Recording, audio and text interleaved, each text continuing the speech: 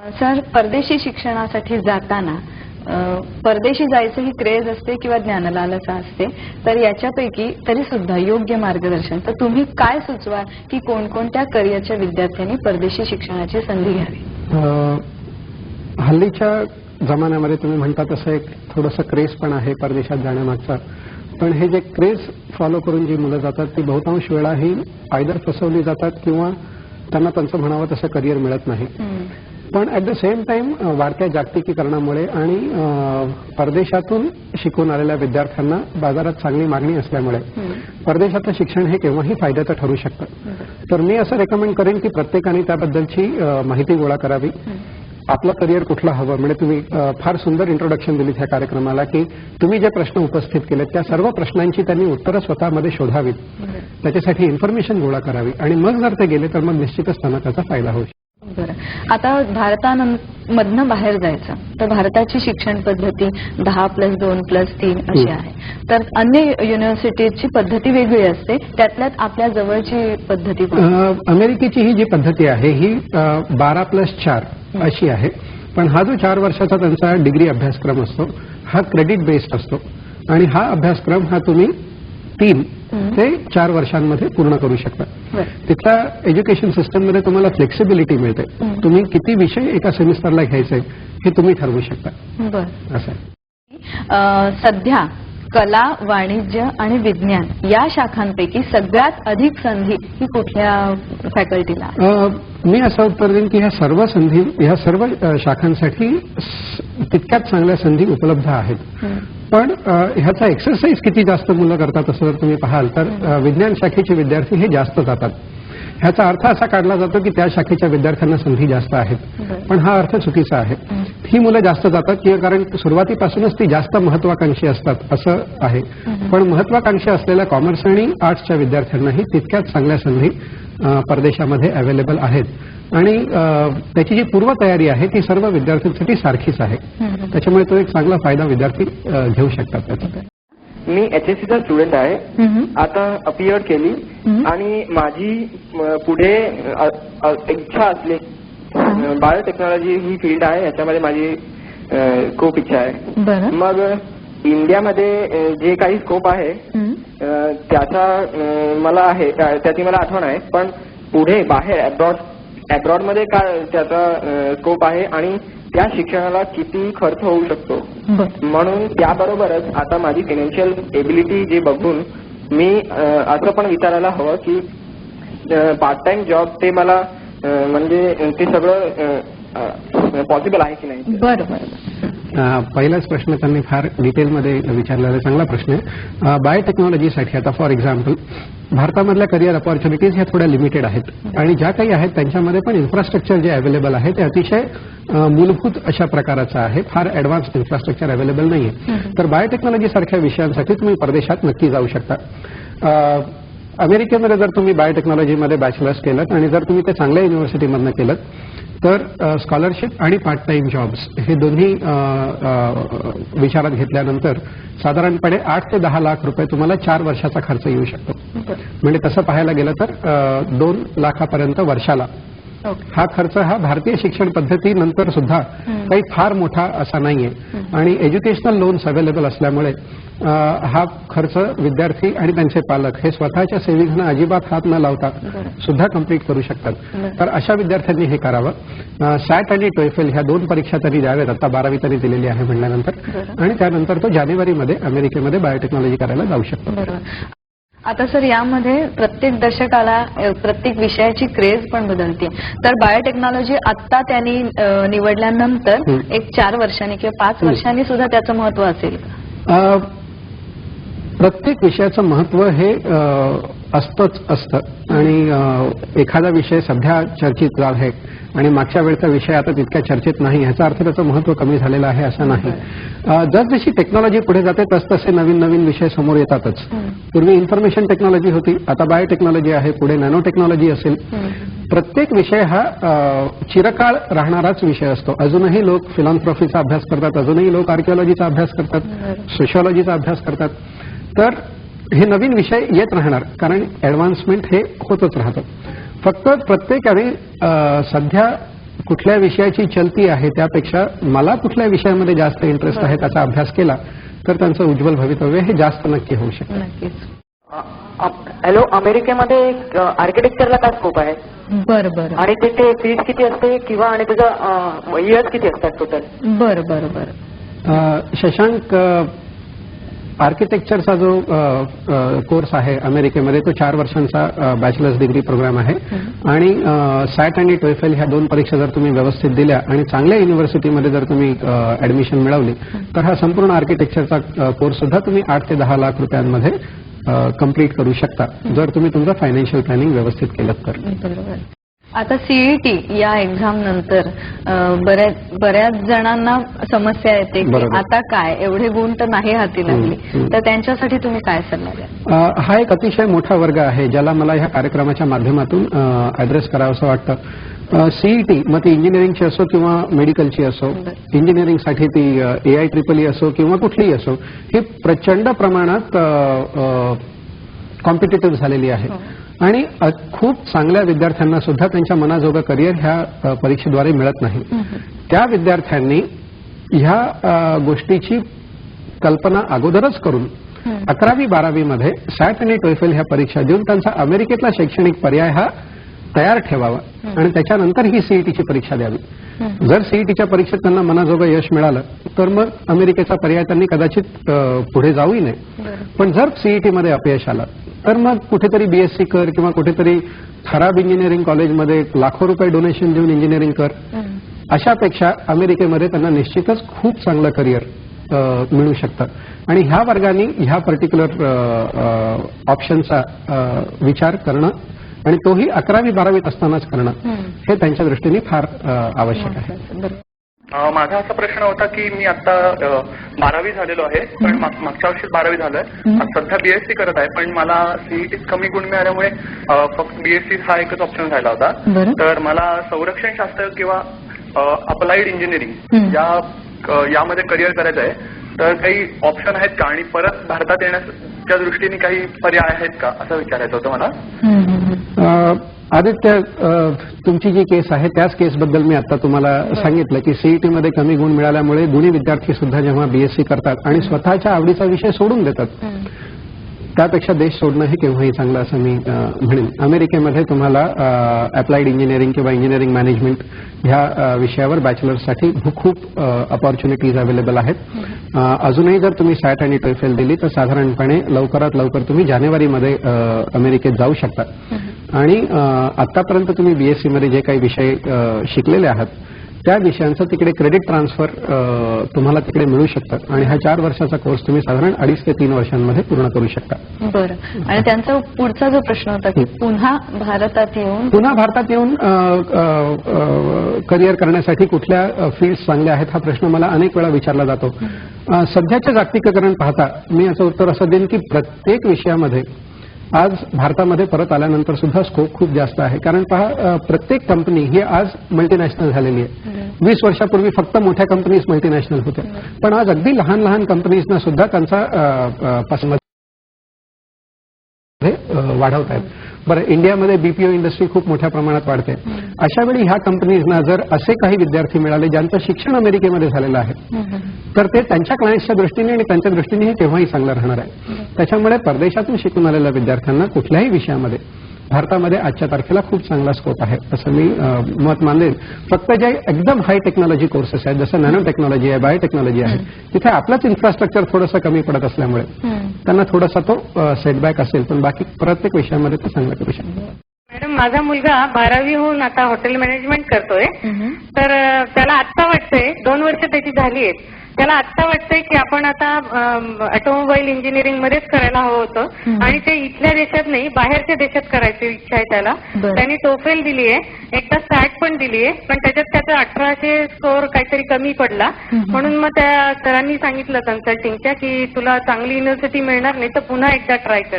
तर त्यांनी hotel management पूर्ण करून नंतर इंजिनिअरिंग केलं तर चालेल का आणि त्याच्यासाठी किती खर्च येईल त्याला बाहेरच्या देशात?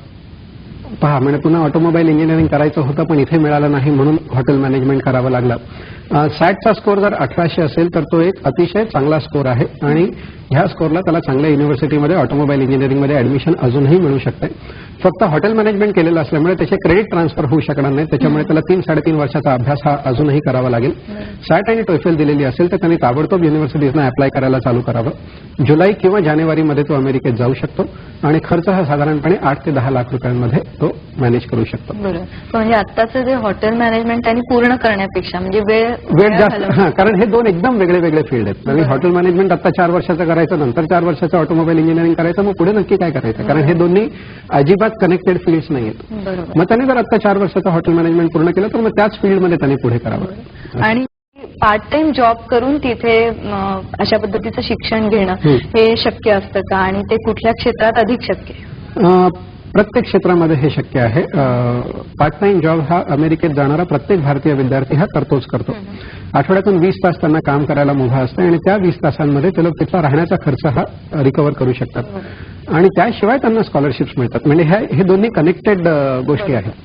हा खर्च इतका कमी काय येतो, किंवा मी जेव्हा म्हणतो की 4 वर्षाचा एकूण खर्च हा 8 ते 10 लाख रुपयात कसा काय मॅनेज होतो, त्याची उत्तरं अशी आहेत की एकतर तुम्ही युनिव्हर्सिटी जर चांगली निवडली आणि त्या युनिव्हर्सिटीमध्ये जर स्कॉलरशिप देण्या इतके फंड असतील तर एक तर तुम्हाला स्कॉलरशिप मिळते, त्याशिवाय तुम्ही पार्ट टाइम जॉब करता आणि प्रत्येक वर्षी तुम्हाला 3 महिन्याचा समर वेकेशन जॉब मिळतो किंवा समर वेकेशन मिळते. त्यावेळी तुम्ही पहिला वर्ष सोडून, कारण पहिल्या वर्षी तुम्हाला बाहेर काम करता येत नाही, पण त्यानंतर तुम्ही बाहेर काम करून पैसे मिळवू शकता.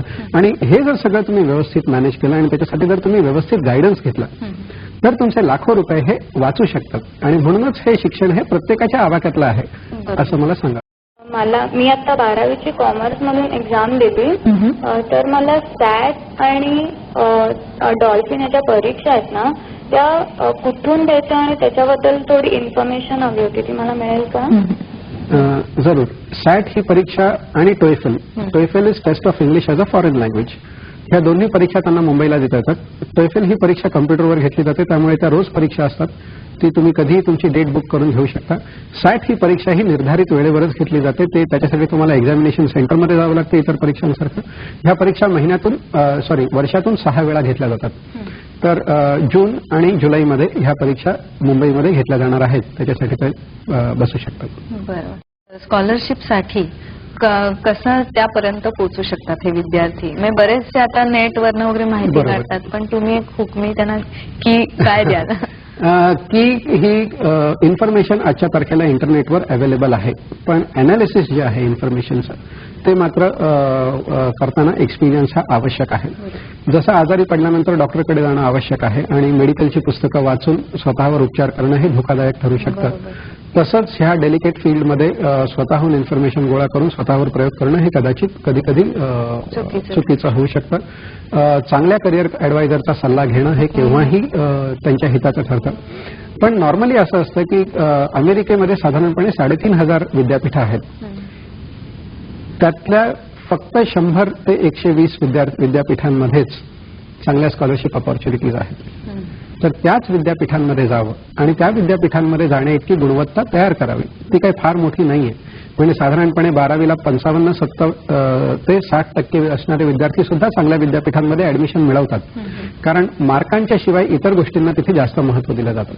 तर अशा पद्धतीने जर विद्यापीठाची निवड अचूक केली तर नक्की त्यांना स्कॉलरशिप मिळू शकते. बरोबर.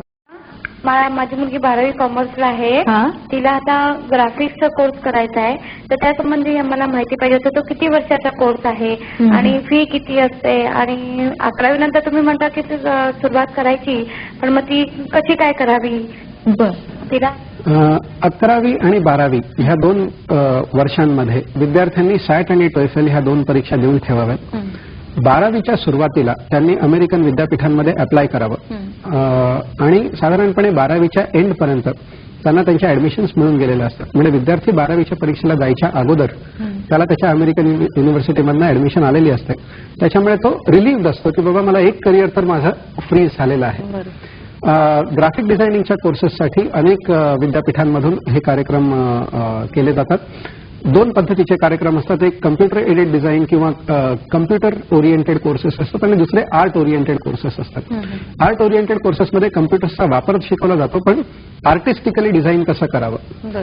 ग्राफिक डिझाईनमध्ये दोन प्रकार असतात. एक टेक्नॉलॉजी कंटेंट ऑफ इट आणि दुसरा आर्टिस्टिक कंटेंट ऑफ इट. त्या पद्धतीने ते लोक युनिव्हर्सिटी निवडू शकतात. त्याच्यासाठी जी तयारी लागते, आपला एक पोर्टफोलिओ तयार करायला लागतो बरोबर. किंवा जनरल नॉलेजच्या दृष्टीने बरोबर. तुम्ही काय मार्गदर्शन. अमेरिकेमध्ये मार्कांना अतिशय कमी महत्व दिलं जातं किंवा मार्कांना महत्व हे इतर गोष्टींच्या बरोबरीने दिलं जातं असं मी म्हणेन.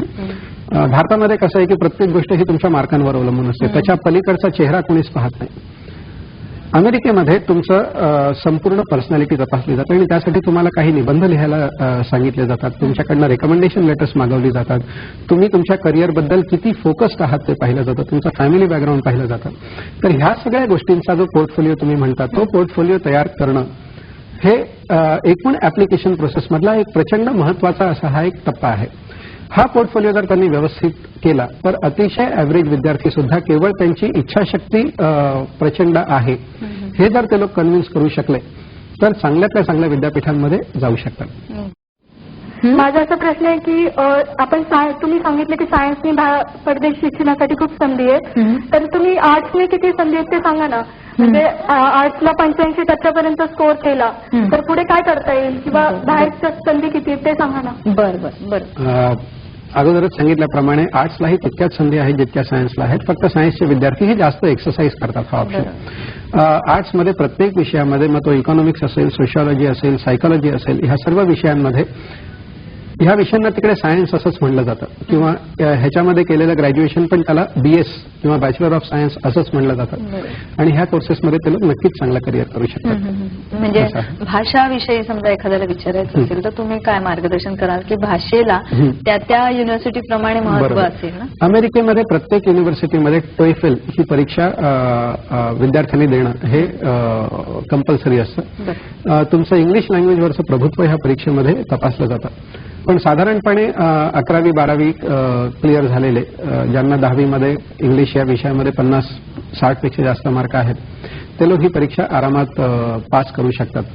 पण TOEFL ही परीक्षा देणं हे अत्यंत अगत्याचं मानलं जातं कारण भारत हा एक नॉन इंग्लिश स्पीकिंग कंट्री म्हणून पाहिलं जातं. त्याच्यामुळे TOEFL ही परीक्षा प्रत्येकाला द्यावी लागते. हॅलो, मी एक प्रेक्षक बोलतोय. मला एक प्रश्न विचारायचा. मी आता लास्ट इयर आहे JD art fine art LS Raheja college होऊन. हॅलो, ऐकायला येतं? हो बोला. आणि मला तुम्ही आता पास आउट एप्रिलमध्ये या. हॅलो, हा बोला. आणि मला असं विचारायचं होतं की मला या शाखेच्या निगडीत कुठलं अब्रॉडला कुठे मला ऍडमिशन मिळू शकेल का फॉर फर्दर स्टडीज किंवा मला इंटिरियर डिझायनिंग करायचं आहे. फर्निचर डिझायनिंग मध्ये आर्टिफॅक्ट म्हणून असं असते तर मला मिळेल का? म्हणजे काय अशा फॅसिलिटीज आहेत का मला बाहेरगावी स्कॉलरशिपचे किंवा, आणि असेल तर त्याच्या टर्म्स अँड कंडिशन का आणि खर्च किती येईल एवढं मला फक्त पाहिजे. थँक्स. बाय. हा प्रश्न हा ग्रॅज्युएशन नंतरचा आहे पण उत्तर फारसं वेगळं नाही आहे 12वीपेक्षा. पूर्वीच सांगितल्याप्रमाणे 3600 विद्यापीठं आहेत. त्याच्यामुळे दुर्बीण घेऊन जरी तुम्ही विषय निवडलेत आणि अगदी छोट्यातला छोटा जरी विषय निवडला तरी अमेरिकेमध्ये त्याच्या शैक्षणिक संधी ह्या अवेलेबल आहेत. इंटिरियर डिझाईन असो किंवा कमर्शियल आर्ट असो किंवा ग्राफिक डिझाईन असो किंवा फाईन आर्ट असो, ह्या प्रत्येक विषयामध्ये मास्टर्स करण्यासाठी चांगल्यातल्या चांगल्या युनिव्हर्सिटी अवेलेबल आहेत. त्यांना GRE आणि TOEFL द्यावी लागते. 12वीच्या विद्यार्थ्यांना जशी SAT आणि TOEFL तशी ह्यांना GRE आणि TOEFL ह्या दोन परीक्षा देऊन विद्यापीठांना अप्लाय करायला लागतं. 12वी नंतर जसा 4 वर्षाचा खर्च हा 8 ते 10 लाख रुपयात येतो, ग्रॅज्युएशन नंतर हा खर्च 4 ते 5 लाख रुपयात येतो कारण 2 वर्षाचाच प्रोग्राम असतो आणि ग्रॅज्युएशन नंतर स्कॉलरशिप पण जास्त मिळतात. 12वी नंतर मूल एखादं अप्लाय करू शकतं. तसंच किती वयापर्यंत मॅक्सिमम अमेरिकेला जायला म्हणजे मी आतापर्यंत गाईड केलेल्या लोकांपैकी सगळ्यात जास्त वयाचे म्हणजे 49 वर्षाच्या एक मॅडम ह्या मास्टर्स इन इंग्लिश लिटरेचर करण्यासाठी अमेरिकेमध्ये गेल्या. वयाचं काहीही बंधन अमेरिकेमध्ये नाही. इनफॅक्ट जर तुम्ही एक्सपिरियन्स्ड असाल तुमच्या फील्डमध्ये तर त्या फील्डमध्ये मास्टर्स किंवा PhD करण्यासाठी तुम्हाला जास्तीत जास्त शिष्यवृत्ती दिल्या जातात. असं आहे. रशियाला मी ऐकलंय की TOEFL आणि ह्या परीक्षा न देता सुद्धा प्रवेश मिळतो, तर त्याबद्दल रशियाच्या मध्ये संधीबद्दल तुम्ही काय सांगाल? रशियामध्ये जाऊन मेडिकल करणाऱ्या विद्यार्थ्यांची संख्या ही बऱ्यापैकी वाढत आहे. फक्त मेडिकलसाठी मुलं रशियाला जातात. रशियामध्ये टोएफल आणि सॅटची परीक्षा ही आवश्यक नाही. आणि जर तुम्हाला तिथलं सिक्युरिटी आणि हवामान ह्या दोन गोष्टी जर तुम्हाला तिथे झेपण्यासारख्या असतील तर मेडिकलसाठी रशियाला जाण्यामध्ये काहीच हरकत नाहीये जर इथे ऍडमिशन मिळत नसेल. बरोबर. पण या परीक्षा न देता इथे जाता येतं हा ओघ विद्यार्थ्यांचा मिळवण्यासाठी ही एक संकल्पना आहे. त्याच्या मागे काय कारण? सॅट आणि टोएफल हे इसेन्शियली अमेरिकन युनिव्हर्सिटीजनी डिझाईन केलेल्या सार्वत्रिक अशा परीक्षा आहेत. कोणत्याही अमेरिकन चांगल्या युनिव्हर्सिटीमध्ये ह्या परीक्षा घेतल्या जातात. रशियाने हे न ठेवण्यामागचं मेन कारण म्हणजे तिथे फक्त मेडिकलसाठीच, म्हणजे अमेरिकेमध्ये जेव्हा भारतातून साधारणपणे 80,000 विद्यार्थी दरवर्षी जातात, रशियामध्ये जाणाऱ्या भारतीय विद्यार्थ्यांची संख्या ही साधारणपणे 200च्या घरात असते. म्हणजे 80,000 कुठे आणि 200 कुठे. तर एकदम स्पेसिफिक काही मेडिकल कॉलेजेसना मान्यता असल्यामुळे मेडिकलला जाणारे विद्यार्थी रशियामध्ये असल्यामुळे तिकडे एक वेगळी अशी परीक्षा घेतली जाते. बोला. Yes, sir. Good afternoon. Now I just wanted to ask whether New Zealand is a good option to study abroad after 12th standard, and what are the future job prospects, after completing my graduation out there. You meant UCLA? Beg your pardon? You said UCLA? New Zealand. New Zealand. Okay. New Zealand as a country for undergrad study after 12th. Okay. तर न्यूझीलंडमध्ये तुम्ही नक्कीच under graduation education करू शकता. फक्त scholarship available नसल्यामुळे हे education तुम्हाला फार महाग पडू शकतं. म्हणजे साधारणपणे वर्षाला एक 6 लाख रुपये असा 3 वर्षाचा कोर्स म्हणजे 18 लाख रुपयापर्यंत तुम्हाला इन्व्हेस्ट करायची जर कॅपॅसिटी असेल तर न्यूझीलंडमध्येही तुम्ही करू शकता. आणि जर बॅचलर्स तुम्ही पूर्ण केलेलं असेल तर न्यूझीलंडमध्येही सेटलमेंट ऑपॉर्च्युनिटीज तुम्हाला चांगल्या आहेत. पण टेक्नॉलॉजी कोर्सेस किंवा अमेरिका ही जागतिक संशोधनाची काशी मानली जातं. जगामध्ये होणाऱ्या संशोधनाच्या साधारणपणे 78% संशोधन हे एकट्या अमेरिकेमध्ये होत असल्यामुळे संशोधनात्मक विषय जर असतील तर मग अमेरिकेमध्ये शिकणं हे केव्हाही चांगलं. शिक्षण संस्थांमधनं फसवणूक होते आहे तर तुमच्याकडे येणारा ओघ वाढला आहे का मार्गदर्शनासाठी, की आता बाबा नको सगळ्या गोष्टी पडताळून मग पुढे जाऊया? बरोबर. फसवणूक ही कशा पद्धतीने होते तुम्हाला मी सांगतो. कॉस्टिंग हा सगळ्यात महत्वाचा विषय आहे. आणि दुसरा महत्वाचा विषय म्हणजे पोस्ट एज्युकेशन सेटलमेंट ऑपॉर्च्युनिटीज. भारतातनं जाणारा जवळपास प्रत्येक विद्यार्थी हा शिक्षणानंतर तिथे सेटल होण्याच्या इच्छेने जात असतो. आता फॉर एक्झाम्पल ऑस्ट्रेलिया, न्यूझीलंड सारख्या देशांमध्ये जर तुम्ही MBA केलं तर तुम्हाला परत यावंच लागतं. त्याला तुम्ही फसवणूक म्हणू शकत नाही. त्याला तुम्ही स्वतःच तुमचा होमवर्क कंप्लीट केला नव्हता असं मी म्हणेन. तुम्ही घाईघाईने निर्णय घेता. वेबसाईटमध्ये हे पाहत नाही की MBA ची गरज ऑस्ट्रेलिया, न्यूझीलंडला नसल्यामुळे MBA केल्यानंतर तुम्हाला परत यावंच लागतं. ह्या बेसिक गोष्टींची जर तुम्ही इन्फॉर्मेशन गोळा केलीत आणि जो ओघ आहे आमच्याकडे तो चांगल्या विद्यापीठांमधनं प्रवेश मिळवावा ह्याच्यासाठी येणाऱ्या लोकांची संख्या आमच्याकडे खूप जास्त आहे.